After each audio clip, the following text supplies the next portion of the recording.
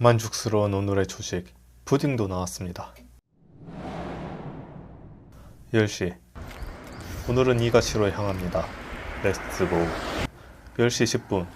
호텔 바로 근처에 웰치아라는 약을 파는 가게가 있었습니다. 그곳에서 반창고 100개가 들어있는 140엔짜리 해자 반창고 박스를 구매합니다. 정비 후 바로 출발합니다. 오늘 날씨도 어제와 같이 쾌청하네요. 구름이 거의 없는 게 어제보다 더 더울 수 있지 않을까 생각합니다. 온도가 오르고 있는 후라이팬 같은 검은색 바닥의 아스팔트 위를 걷습니다.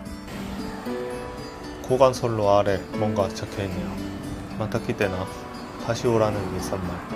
그런데 여기 가메야마 한복판인데 시내를 나가니 인사해주는 건가? 뭐 그렇다면 일단 안녕. 가다가 경찰서와 소방서도 봅니다. 차가 잠깐 멈추길래 저 때문에 그런가 해서 잠시 쫄았습니다. 외국인이 경찰서를 휴대폰으로 찍고 있다면 그냥 넘어가지는 않을 겁니다. 저기서는 낙하 훈련을 하나 보네요. 간판을 보니 당분간 완전 직진이네요. 더운 여름 공기를 뚫고 논 위에 바람이 달리고 있는 모습을 보니 여름 공기로 갇혀있던 이 공간에 시원한 바람이 들어온 것 같습니다.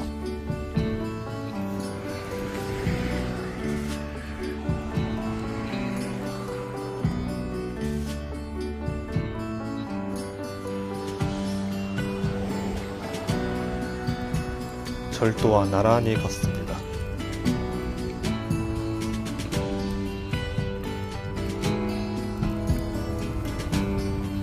새소리만이 들리는 길, 너무도 평화로운 길을 걷습니다.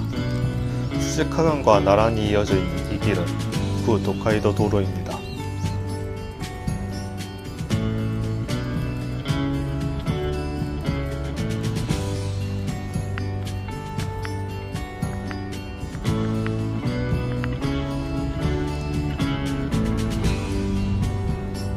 고가도로 아래 벽에 민화가 그려져 있네요.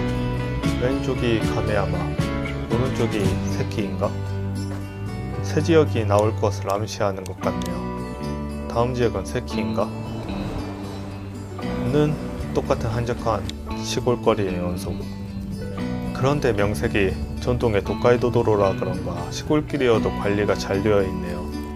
정돈되어 있는 나무와 풀을 보니 저의 마음도 정돈된 것 같이 마음 편히 걸었습니다.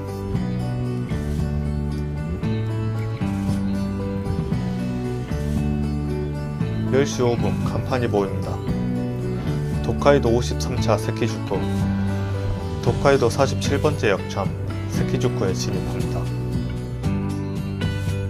당장에는 항상 봐온 평범한 시골 마을의 거리가 펼쳐집니다.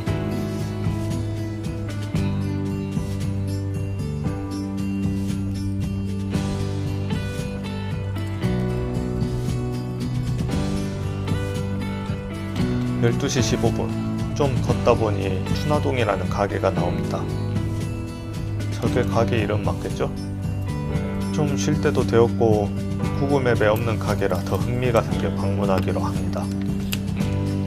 현관에서 잠시 여행자들이 쉬어가는 형식인 것 같습니다.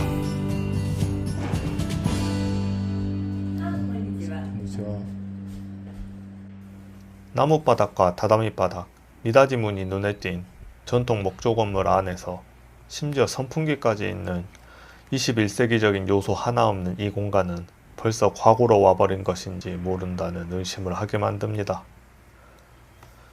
여기서 저는 당구와 커피를 주문하고 이 공간의 유일한 21세기 문물인 스마트폰으로 동영상을 찍으며 당구를 먹습니다. 12시 40분 가게 밖을 나오자 눈앞에 놓여있는 것은 무더운 현실과 분기점이 놓여있습니다. 왠지 저 도리로 가면 영영 못 돌아올 것 같으니 거리 직진을 선택하기로 합니다. 왜 선택지가 나왔을까요? 방금 전 장소의 이름은 히가시노 오이와케, 일본 신사계의 바티간 이세 신궁과 교토와의 갈림길이었습니다. 이세 신궁을 보러 가고 싶긴 하지만 몇백 걸음 정도로 갈 수 있는 거리가 아닌 80km를 가야 하더라고요. 이쪽을 거쳐가는 사람들의 주요 행선지가 도쿄, 교토, 이세 신궁 중 하나이기에 길 잘못 들지 말라고 알려주는 이정표 같은 공간이네요. 그렇다는 건 저 도리는 본진과 80km 떨어져 있다는 것이군요. 신궁 같은 레벨 높은 신사는 신사 주변이 아닌 먼 도로에서부터 1번 도리, 2번 도리 이렇게 놓는다는데, 이야, 80km가 되는 거리에 이렇게 놓는 건 상상도 못했네요. 세계를 들어와 느낄 수 있던 건 발걸음을 옮기면 옮길수록 주변 풍경은 과거로 바뀌어가고 있다는 겁니다. 여긴 은행도 전통 목재 건물이네요.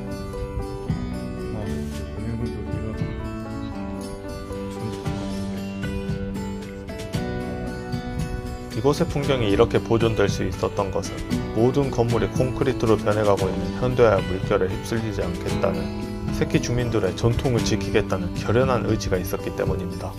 그들은 세키주쿠 거리 보존회를 결성해 전통거리를 보존하려고 노력했고, 그 결과 1984년 국가에서 이 지역을 중요문화재로 지정하여 지금도 앞으로도 이 과거의 거리를 유지할 수 있게 되었습니다.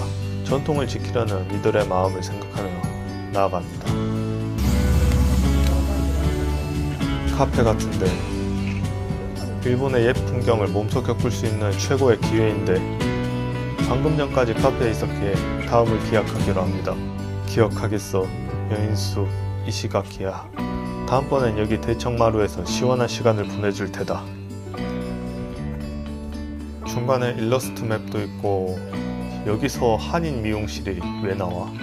시대를 넘나든 한류어인가? 역사의 길이 새겨진 비석, 그리고 새끼 지장원을 한번 보고 그 옆에 식당이 보입니다. 더운 날엔 소바가 땡기거든요.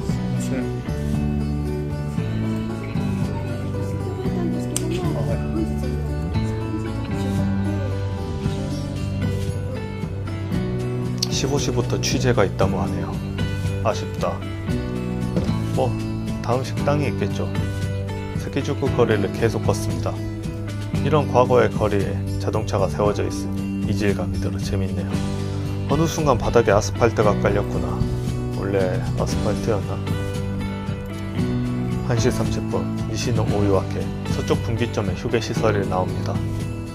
우선 들어가 볼까요?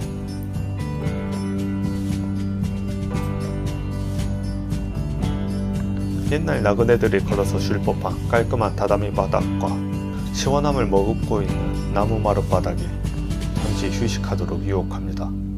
기왕 휴식할 거면 이렇게 제대로 된 곳에서 하는 게 좋으니 전략적으로 휴식을 취합니다. 1시 40분 다시 출발합니다. 여기서부터는 과거의 거리가 사라지고 현대의 거리가 펼쳐지고 있습니다. 아니, 자연의 거리라고 하는 것이 더 맞겠네요. 자연은 현대와 과거에도 항상 변함없이 이 자리에 있었으니 현대 거리에 접어들기 전 적절한 중립지대 역할을 해주고 있습니다. 시간여행은 이제 끝이네요. 아, 저 나무 게시판은 아까 동쪽 분기점 같은 형식의 구조물, 서쪽 분기점 니시노 오이와케네요. 휴게시설 이름에도 니시노 오이와케가 있었죠. 이 니시노 오이와케는 어느 지역의 분기점일까요? 이곳은 교토와 나라의 분기점입니다. 저는 당연히 오사카로 가야죠. 그러자 제 시야 끄트머리에 들어온 것은 몇 개의 솟은 산들이었습니다. 아마 저는 오늘 혹은 며칠 후 저길 넘질 않을까 생각하며 나아갑니다. 거리감을 아직도 잘 못 느끼겠네요. 1급 하천 스즈카강이라 써있는 간판이 있네요. 일본의 하천의 급을 정하는 것은 저희 나라처럼 물의 맑기가 아닌 국가가 관리하면 1급, 지방에서 관리하면 2급 이렇게 급을 정합니다. 이곳은 국가가 관리하는 강이라는 것이죠. 그리고 눈앞에 시원한 강 속에서 시원함을 즐기고 있는 어린이들을 동행한 가족들을 봅니다.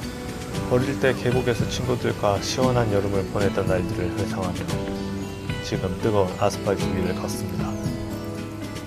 그래도 꽤 괜찮습니다. 산속? 아직 산속까지는 아닌 것 같고 숲이 드넓게 펼쳐져 있어 열기가 좀 식어지는 것 같고 귀에 맴도는 물 흐르는 소리도 더위를 씻어주고 있어 네, 갈만합니다. 이가시까지 29km인가? 도로 가장자리에는 석재 볼라드가 설치되어 있습니다.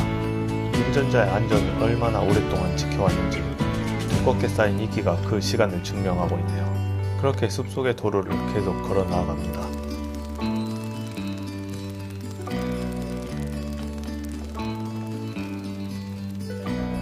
그리고 눈앞에 터널이 나타났습니다. 이 터널 또한 이끼가 많이 쌓인 자연과 하나 된 터널이네요. 이 너머에는 뭐가 있을까요? 뭐긴 뭐야, 더 광활한 산림이죠.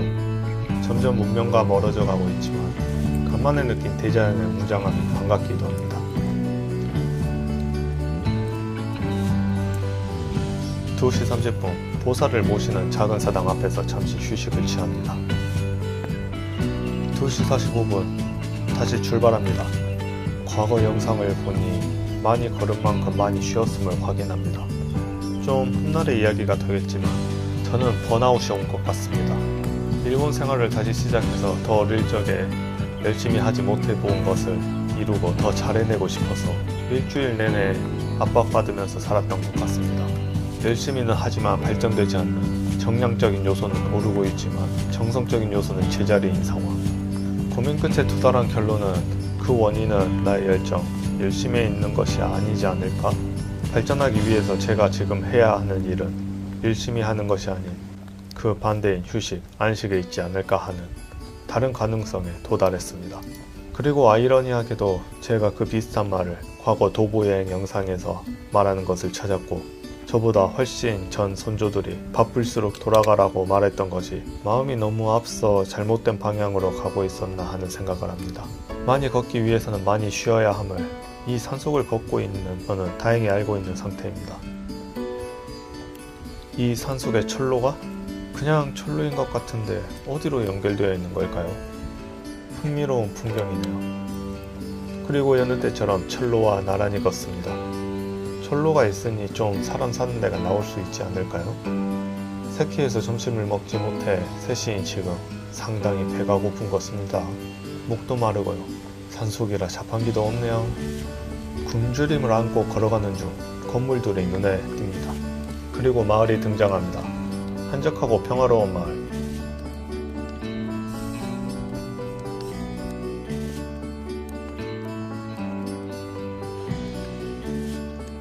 좀 걸으니 가부토역이라는 간판이 보이네요. 아까 철로가 있었던 이유는 여기가 가부토역이 있었기 때문이군요. 가부토는 사무라이들이 있었던 투구를 의미하는데 이쪽 산의 올록볼록함이 그것을 닮아 붙여진 지명이라고 합니다. 눈앞의 풍경을 보며 바로 납득합니다. 이 마을에서 식당은 없어 보입니다. 그래도 여기 자판기 살았다. 스포츠업 이온 음료를 구매합니다.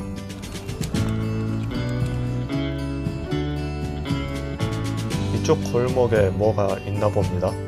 베이글 자판기? 이 장소의 이름은 구루구루 베이구루. 이름도 재밌고 자판기를 접근성 좋은 거리에 두는 것이 아닌 골목에 두다니 상식이 벗어나왔지만 재밌네요. 이 상식 밖의 재미가 흥미로워 들어올 수밖에 없는 구조입니다. 흥미롭네요. 메뉴와 실물 사진이 액자에 붙어있고 여러 종류의 베이글이 아기자기하게 그림으로 그렸군요. 귀엽네요. 한 입 먹고 싶었는데 인기가 많은지 품절이었답니다. 뭐 나중에 정 안 나오면 풀이라도 뜯어먹을 생각을 하며 마을을 뒤로 가며 발을 옮깁니다.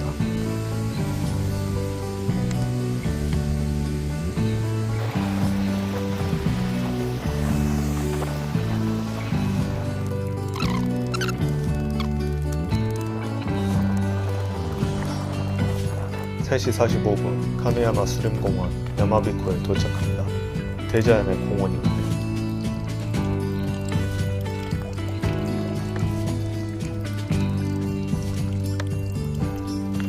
이 공원의 이름 야마비코는 메아리라는 뜻인데 보다시피 주변에 산이 많아 메아리가 잘 어울리기에 붙여진 이름입니다. 소리 지르면 매와 끌 수 있으니 이 공간은 새소리와 저의 발걸음 소리로만 채우기로 합니다. 그리고 무수한 나무들이 내뿜는 산소로 뜨거운 사우나 안에 있는 것 마냥 몸을 이완하며 하지만 시원하게 산림욕을 하며 휴식을 취합니다. 쉼터에 눈에 띄는 글이 있네요. 인생 읽고 나서 젊은이들과 원만히 지내는 법. 기운내서 너무 나서지 말고 칭찬해주고 물어보면 가르쳐는 주되 먼저 아는 체 하지 말고 조금 뻔한 소리 하지만 실천하기에는 좀 어려운 내용을 읽어보며 저의 행동을 잠시 되돌아보며 휴식을 취합니다. 4시 10분 다시 출발합니다. 숲속, 마을, 숲속, 마을. 계속 번갈아 가며 나오네요. 역시 가부토입니다. 가부토의 마을 이것저것 구경합니다. 작은 마을이어도 초등학교도 있고 보살님도 있고 유치원도 있고 신사도 있고 그런데 밥집이나 편의점이 없다니. 가게들이 없는 수만큼 이쪽 지역의 보살들을 보게 되네요. 4시 40분 마을을 빠져나와 또 다른 터널을 마주합니다. 산이 많아서 그런지 터널도 많네요. 포탈 같아서 재밌네요. 자주 풍경이 훅훅 바뀌니.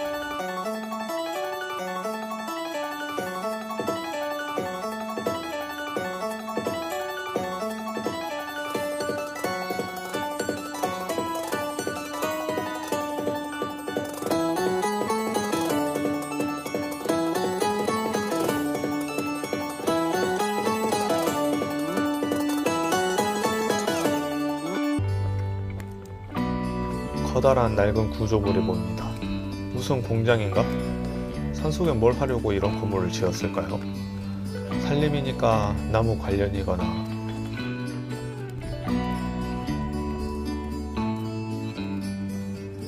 쓸모없이 저기서 채굴 하는 건가? 좀 더 나아가니 수수께끼가 풀린 것 같습니다. 이곳은 채석장이었군요. 과거 도로나 다리 같은 인프라를 많이 지을 때 많은 광물을 공급하기 위해 만들어진 듯합니다. 그리고 이렇게 미철거 상태에 덩그러니 놓여있는 건축물은 10중 8구 버블경제의 붕괴 영향으로 그 사업장이 망한 영향이 큰 것 같습니다. 이런 외곽에는 이런 흔적이 많은 듯합니다.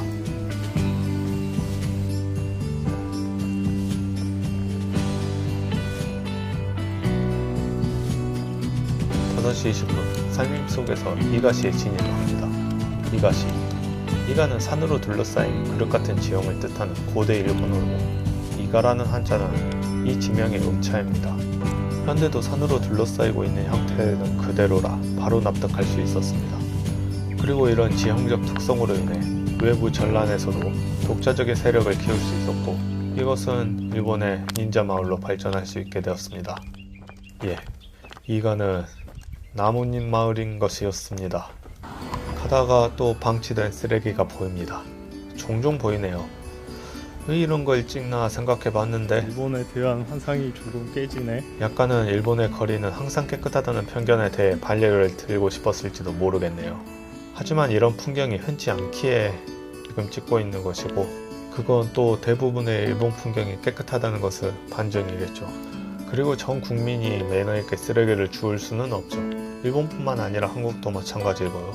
쓰레기 버리지 맙시다. 창고처럼 쓰이는 건물 하나가 딱 놓여 있습니다.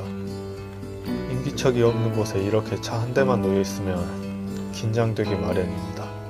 최악의 상황에 어떻게 대응할 수 있을까 상상하며 앞으로 나아갑니다.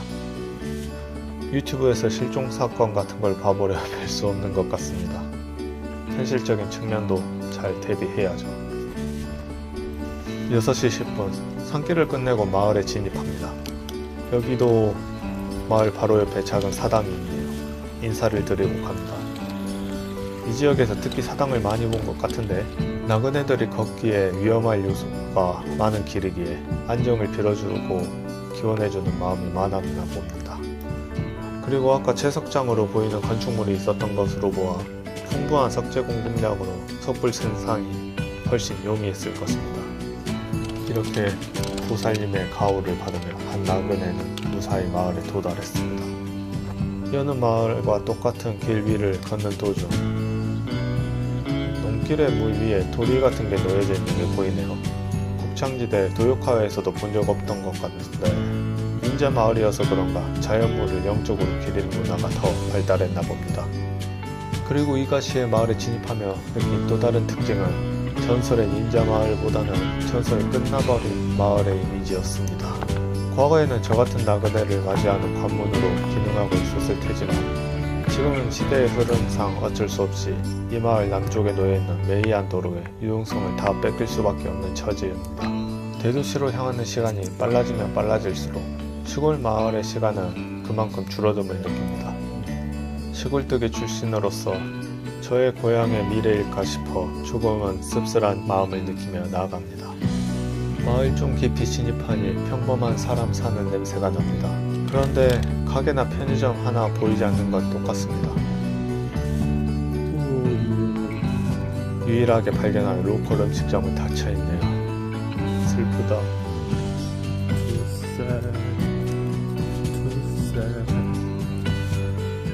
나는 배고프다. 25번 국도로 진입합니다. 눈길에 시골 풍경이 펼쳐지고 있는 것은 아까와 같지만 여기 이제 무려 병원도 나오고 우체국도 있습니다. 문명의 흔적이 보인단 말입니다. 유치원으로 추정되는 건물도 보이네요.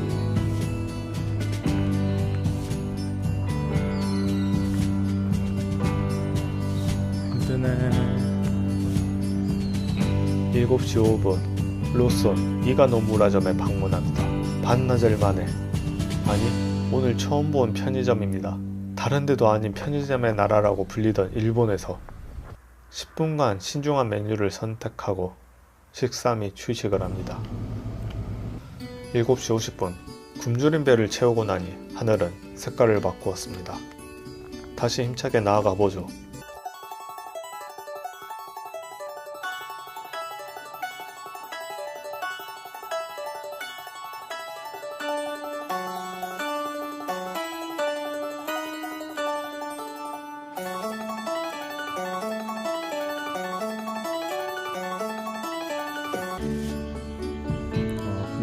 어디에나 논이 있는 것 같다.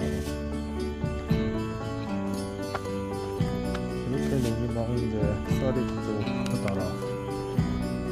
다시 주변에 건물 하나 없는 농가에 접어들었습니다. 그런데 일본 논이 이렇게 많은데 어쩌다 쌀이 부족하게 생긴 사회문제인 레이와 쌀 소동까지 일어난 걸까요? 여기에는 세 가지 이유가 복합적으로 섞여 있는데요. 첫째는 정부의 쌀 생산량 통제입니다. 일본은 쌀값 유지를 위해 1970년대부터 국가에서 쌀 생산량을 통제했습니다. 그 이유는 전쟁 후 식량 수급을 위해 정부에서 쌀을 고가에 매입해주는 정책을 펼쳐 식량 생산에 총력을 기울였습니다. 그렇게 1960년 후반 일본의 쌀 생산은 피크를 찍었지만 서구화된 일본인의 입맛에 쌀 수요량은 줄어 잉여 쌀 물량은 최고치를 찍고 1970년대 정부는 쌀에 대한 정책을 180도 바꾸어 쌀 생산량을 제한해왔습니다. 이거 전에 태양광과 레파토리가 똑같은데요. 두 번째 이유는 고령화입니다. 시간의 흐름에 따라 청년이었던 농부들의 나이는 평균 70세의 농민이 되어 쌀을 생산하는 농민의 수 자체가 줄어든 것입니다. 셋째는 이상기후입니다. 2023년 기록적인 폭염으로 쌀을 정상적으로 재배가 불가능했고 시장에 내놓을 수 있는 품질의 쌀이 크게 부족해졌습니다. 그리고 이 세 가지의 악재의 설상가상으로 24년도 일본의 여름을 뜨겁게 달고 대지진 예언으로 인한 쌀 사재기까지 이루어져 그 이후로 쌀 가격의 정상화는 아직까지 이루어지지 못하고 있습니다. 한국에서 쌀 가격 걱정 없이 밥은 잘 먹고 다닐 수 있음에 감사함을 느끼며 앞으로 나아갑니다.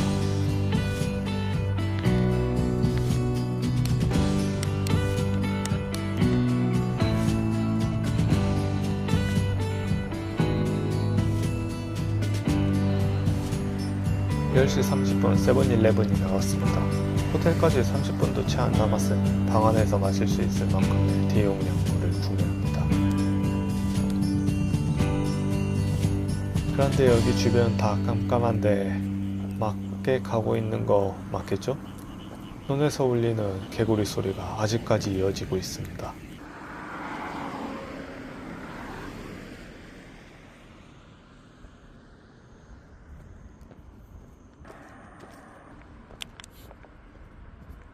이런 시 다행히 이가 우에노 호텔 루티인에 도착했습니다.